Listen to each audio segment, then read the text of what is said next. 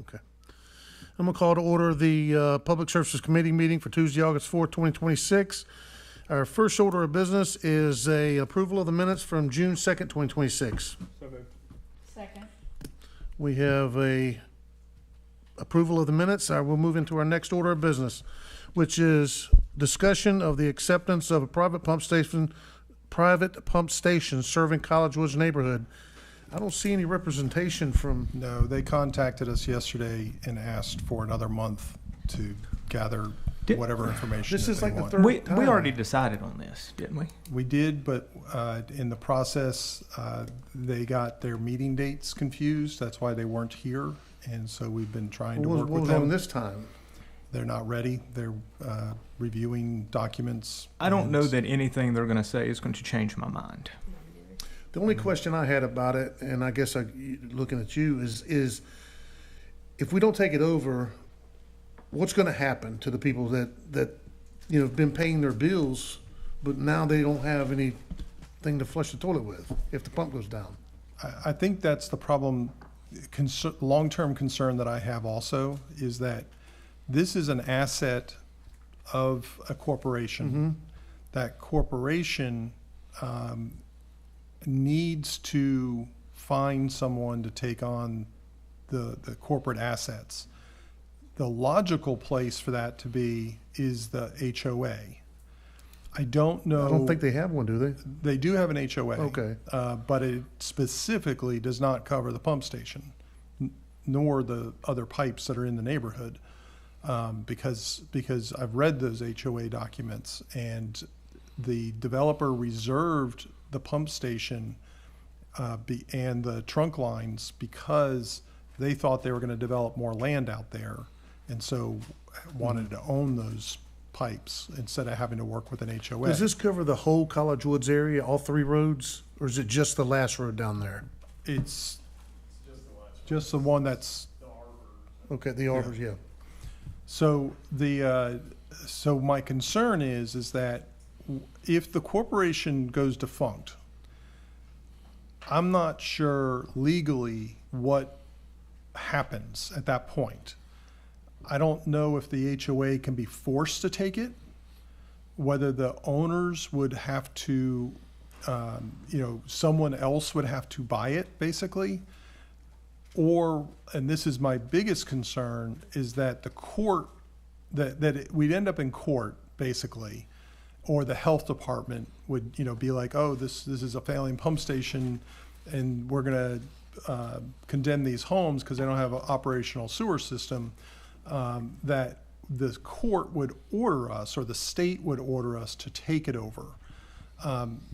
When we discussed this a couple months ago, the position that I remember council taking on it was that we'll let the court force us to do it instead of Well, can Misty agreeing find to do out it. for us about what our legal standing is on this? I mean, I can, that's part of what she's supposed to be doing to be able to answer that question, is what are our legal obligations? I think I think what's going to come back is we don't have a current legal obligation, but what happens in the future? And I don't know if anyone knows the answer. All the owners of that corporation are aging out. They're not. They're just going to bankrupt the company and be gone. And there's no, Right. Well, and that's kind of what the point I wanted to make, and this is going to sound not kind, but those folks are not our residents. And that impacts our residents. If we take on that sewer system, I have zero desire. I'll take my chances in court if they want to order us to do it. Yeah, let's not guarantee the outcome we don't want by trying to avoid going to court over it. So let me ask this question. Do you want our attorney to draft a letter to this corporation and say, the council's already we're not taking it determined Yes. that we're not going to take this on. So if you want to have further discussion, see you in court. What is their contention? Because I've looked at the paperwork that was signed that said we would not take it over from the beginning. So what is their contention, or what makes them think that they have a stand to make us take it over? They don't. They know that they can't force you to take it over. They're asking you to take it over. to get it out of the corporation's name. I just feel for the people out that live long-term. out there, so, because I service a few of those folks, and they've already asked me about it, and you know, it's in black and white. They were told it wasn't gonna be taken over. But when you look into their HOA, it also doesn't give them authority over it either. That's Right. where that to me is the 25-year-old error is. Well, the problem was they had to build a bridge across that creek, and that increased the cost where they were gonna try to build those other houses. Unfortunately, that's a risk you run when you Well, don't buy in yeah. the city. I mean, that's, That's it. I mean, that's development. So there, at no point can we find any evidence that the city was at all interested in taking on that pump station. From the my very understanding, it was get-go. just a word that they said they were told. I didn't, yeah, Well, okay. yeah, I got a bridge in Arizona to sell Yeah. you, you know. Oh, I agree, don't get me wrong, I'm just saying that's what I was told. Yeah, so, I mean, so is that Yeah. direction of council? Okay. All right, moving on to our next order of business. Update on the sewer infrastructure and availability, Director of Public Utilities, Morgan Huffman.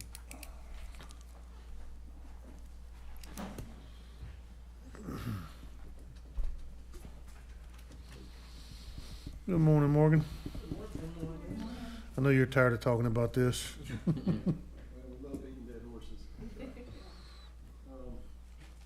I'm tired of hearing about it on my phone.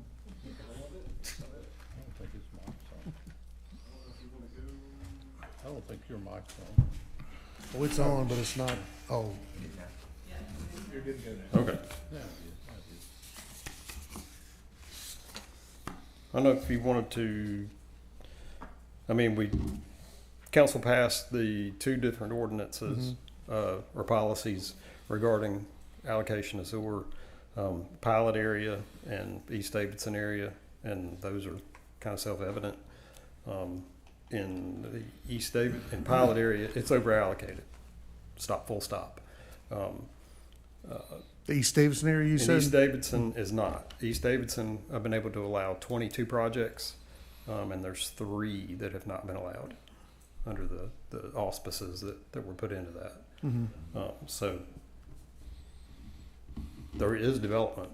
It's just, you may have some of your larger developers that aren't able to do these huge developments. That's what's eating up and causing problems. Let me ask you one specific question. I was approached by some builders and one of their engineers that said you could put grinder pumps in and accomplish, you know, you could get more onto the line because it cuts down on what you're putting through the system. Is that correct? Am I saying that properly? Grinder pumps on, like say individual houses, or a grinder pump on an apartments or something like that, where it could cut down There's the. 2 different types of systems. Then I'm not sure which one they're talking about. Right. There are multiple houses throughout Thomasville that are on grinder pumps. Does that that decrease the size of the line you use, or? In one way of looking at it, yes. Okay. Those houses have to be on grinder pumps in order to even get the flow to us because they cannot be served by gravity. Right. So they're pumping to the city's gravity system. Now, what I think those developers are referring to is what's called a pressure system. That's what they use down at the beach. Those are nightmare systems. Really? Yeah, that would Well, they be specifically said what we grinder, have so. in Thomasville is a gravity. Yeah. Basically, it's a gravity system with lift stations and force mains that kind of step it over hills and get it to the treatment plant Right. for treatment. Those pressure grinder pump systems, the entire system is a grinder system. The entire system is a pressure system. So you're laying essentially everything's a force main. And Do they have to do that just because? Do they have to do that because there's not enough change in elevation at the coast? right, it's all flat. So you And- can't take advantage of any of the natural. Right. Okay. Right. So that would require a revamp literally of the entire system. Right. There's no volume savings there. Yeah. Because I mean, literally daily, I get asked about this issue, and I'm running out of answers for these people other than we just don't have the capacity. Yeah, I mean, we don't. That's Yeah. reality. You had submitted some questions. Um, would you like me to Yeah, just go attempt to ahead. answer those? Okay, 5 questions that you had submitted. Question 1, what is the actual remaining capacity at the water and wastewater plants today, and which parts of the system are the current bottlenecks? Both the water and wastewater plants are rated at 6 MGD on paper. The water plant produces about 2.25 to 2.5 million gallons a day of very good quality water. The wastewater treatment plant treats about 2.1 to 2.25 million gallons a day, or that's what they did in FY26. It was a very dry year though. The water plant is quite old, like literally 100 years. Is it really that old? Yes. 100 years old? Wow. Realize We're that. exploring the possibility for upgrades and replacement with the existing conventional technology. It's what's called a conventional plant. That the method that we use there for treating water or creating water, it cannot produce the full 6 MGD and produce the high quality water that it does now. I mean, they win awards literally every year for the quality of water they're putting out. But there's no way they could produce 6 MGD of that high quality.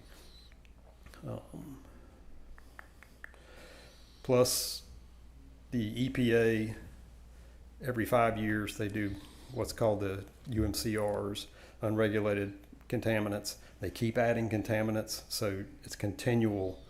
You're chasing the tail Is this the constantly. PFAS? Well, thing? PFAS is one Yeah. of them. Microplastics is another. There's all sorts of things coming along. They have us test for new contaminants literally every 5 years, and they're constantly adding. And that, well, we did buy the 2 acres next to it, but essentially it's landlocked. So we're looking at a lot of different possibilities as far as regarding upgrading on the water plant. The wastewater treatment plant is now 20 years old, but still does a good job meeting modern limits. But just like the water plant, it will eventually need new treatment processes added to meet the new contaminant limits as they are added.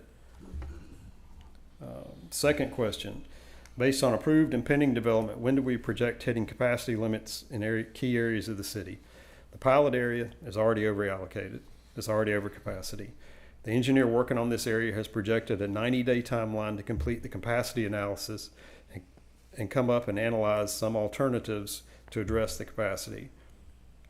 After agreement is reached on which alternatives to pursue, preliminary drawings should be completed in another 60 days, and after agreement on these, construction drawings could begin and could be completed in as little as 30 days, potentially.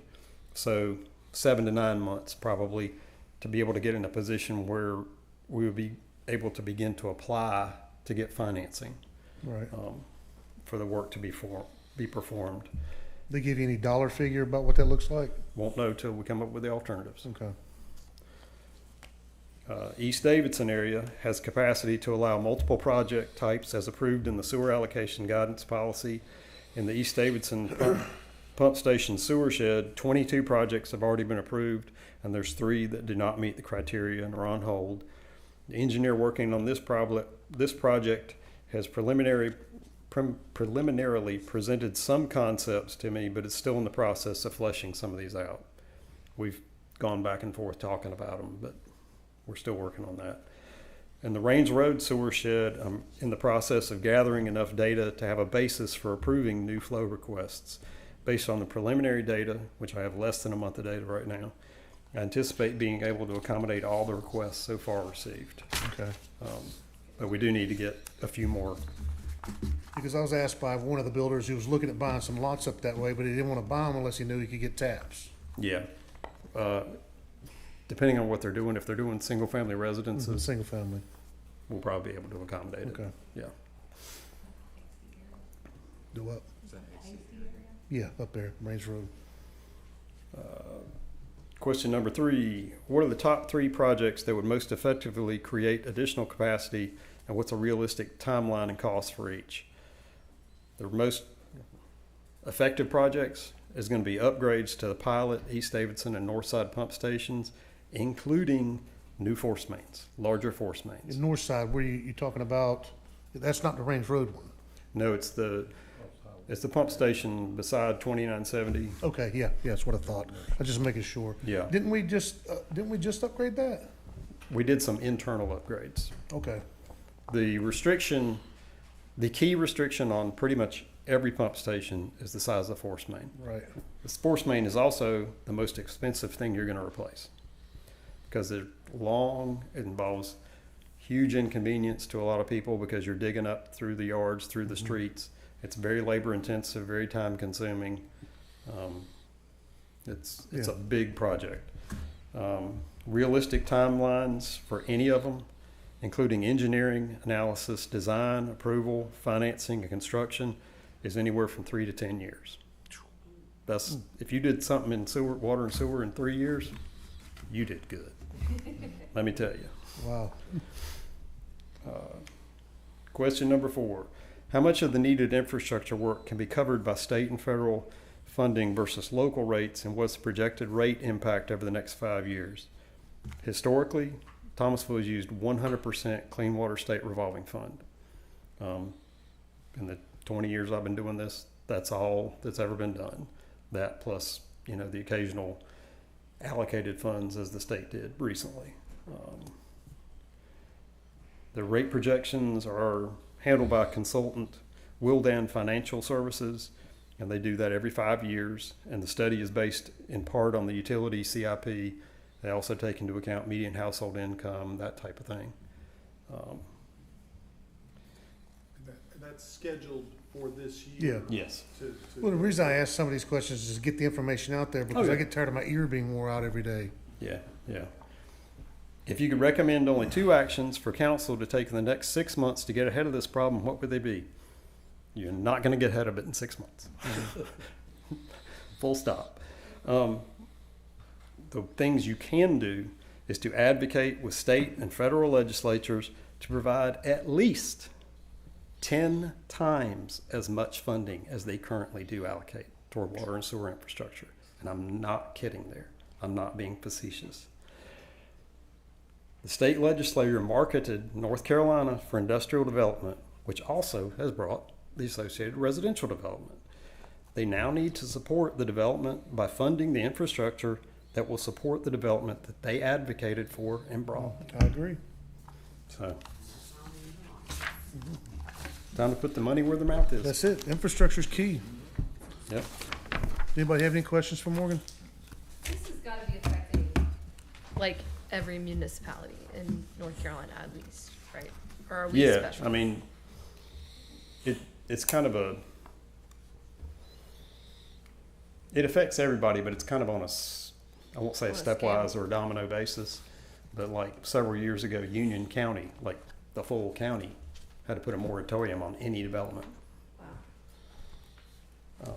Because, I mean, you can only build so much, Right. Wow. Wow. Without infrastructure. And we're on the 85 corridor, so everybody wants to be here. Yeah.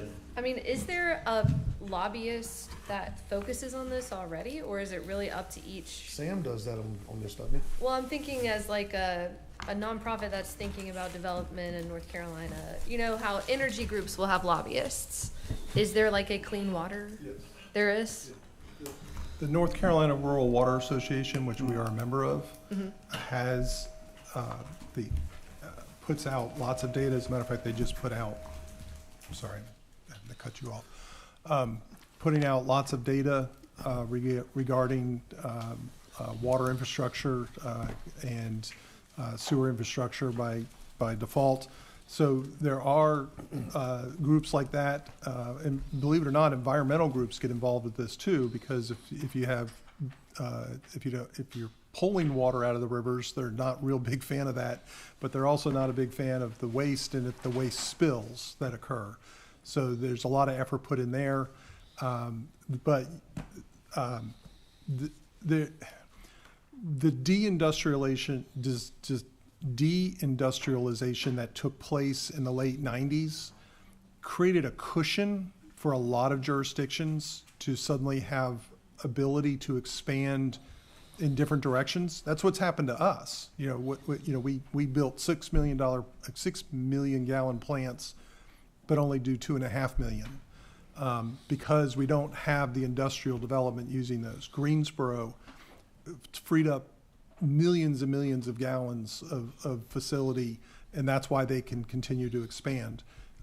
So that's where that long-term view is. And as Morgan pointed out, the state's been very encouraging to get all these developments in here, but so far they have not funded it. invested fully into the infrastructure and instead put that on our local table.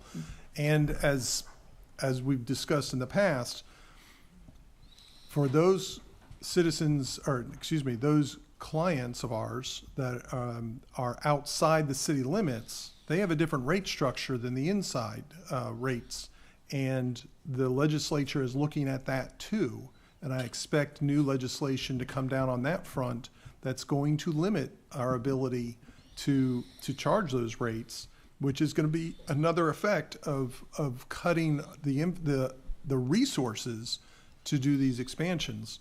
And, you know, we've got a big investment in the 64 corridor from the county, where they're paying for all the infrastructure, but we're going to end up paying for the cost of maintenance long-term. We're going to have to we already recognized that we were going to have to set aside monies now as those come online to provide that resource. But if they don't give us the opportunity to charge rates appropriately for those outside customers, that's going to affect all of the rates for everybody. Well, that's what I've said. Raleigh needs to accommodate, not dictate. Yeah, They well, need to help us, not tell us what to do. well, that. Might as well argue with that wall behind you. I think we all know how well that's going right now. Yeah. I just figured since it's a multi-jurisdictional problem that there must be somebody who's advocating. So it's the North Carolina Rural. North Carolina Rural Water Association is, of Rural course, Water I mean, Association. the big cities are advocating for it. It seems like it affects cities our size more than Yeah. anybody. I mean, there's, There are organizations, but I don't personally know of any lobbyists for us. Okay. That's helpful. And That's good to Morgan, know. when I looked at this a lot, doing some research online, your larger cities, your Greensboro, your Winstons, they seem to be able to deal with this a lot easier than we are. And then your smaller cities don't really have the problem. It's sort of like we're in this niche where we're growing, and, you know, the 20 to 40,000 people cities that seem to be hit the hardest from this. I know one of the things I ran into years ago and learned to live with is that we were considered the most urbanized rural city, like in North Carolina. And I was like, well, that's just a wonderful place to be, because you're urbanized, so you don't qualify for any of the rural development money. So we couldn't get any of that funding because we're urban. Well, you look at the budgets of like Greensboro and Winston, one of them's almost $1.99 billion, Winston's $750 million, so they can absorb Yeah. these costs. You know, we're hurting, we're having to make cuts just to make it through the year. Yeah, and I mean, everybody, all municipalities need money to work on this. I just Yeah. don't understand how infrastructure fell so low to on the pole. Yeah. Just makes no sense to me. because once you bury it, Yeah, out of sight, out of mind, literally. you don't have to Yeah, pay but for it. when the toilets don't flush, they're gonna be calling us. Thank you, Morgan. I asked those questions just so people would know what the Yeah, answers yeah, are. no problem. Thanks, sir. Thank you. Any additions or updates, Michael? I do want to just give you a heads up on something. So in all those new houses, a good chunk of them are in Aspen Place, which is outside our city limits, and so it has a higher rate structure for water and sewer. Many of those customers have been shocked by their water bills and have complained about their water and sewer bills. We made a conscious decision, we being the city council at the time when that was brought to us, to not annex that neighborhood. And they've been told that it's because you're an outside customer. So now apparently there's at least some individuals in that neighborhood that are interested in potential annexation. And I don't know, because they haven't contacted us directly from the HOA to, if this is an organized effort or not. But you personally may be contacted by people or see it on Facebook or other social media about their high bills and things of that nature. One of the things that that people are being affected by is they've been watering their lawns. That neighborhood, is turf grass in the front and then just seed in the rest of the house. Well, all June, July, there was no rain, so they were watering like mad and didn't understand that that's going to be a high bill, apparently. So we've been faced with some people that have complained about high bills, and because of that situation, it is not our responsibility to tell people what their water bills are. It's, the rates are published. When they sign up, they know. Just like anybody else, when you sign up for Duke Energy, they don't tell you what the kilowatt hours are. You just pay it. That's basically what we've been faced with. But there may be a push for that neighborhood to ask again for annexation. Remember that there's also a private pump station Yep, it's controlled part of their by the HOA. HOA. Yeah. In this case, it's been properly put into the HOA for maintenance, that we would potentially be responsible for taking over. So I caution you, but just be aware that that's out there, that you may or may not get contact about it. That's not the people that have been calling me. Calling me. All right, any other updates? Working on a motion to adjourn. Sorry. So moved. Second. We are adjourned. 11:56. Beat the. Send